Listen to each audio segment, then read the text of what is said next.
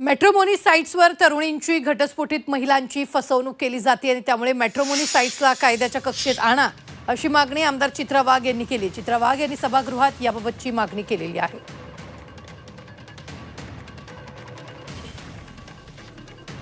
मग त्याच्यामुळे ते ऑनलाइन ॲप्स, ऑनलाइन साइट्स त्या ठिकाणी जातात।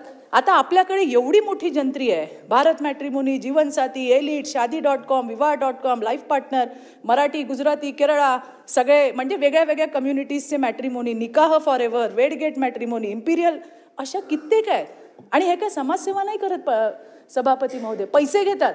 आणि याच्यानंतर काय करतात की आता या मॅट्रिमोनी साइट्समध्ये व्हिडिओ कॉल आणि चॅटिंग सुद्धा चालू केली आहे। तुम्ही बघा, हा जो विषय आहे हा किती गंभीर आहे। आता त्यामध्ये इतका धोका झालाय की यामध्ये मुलींची आणि विधवा महिलांची, घटस्फोटित महिलांची सर्रास फसवणूक चालली आहे।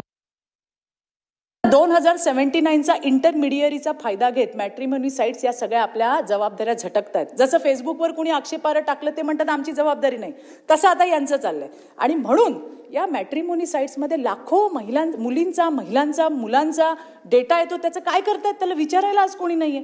हा अत्यंत गंभीर प्रकार आहे। म्हणून माझी आग्रही मागणी आहे की जर तुम्हाला पिस्तूल पाहिजे अमोलजी तर तुम्हाला आमचं लायसन्स लागतं। यांना काही लायसन्स लागत नाही, यांना कायद्याच्या कक्षेमध्ये आणणं गरजेचं आहे। याला नोंदणी परवाना अनिवार्य करणं गरजेचं आहे।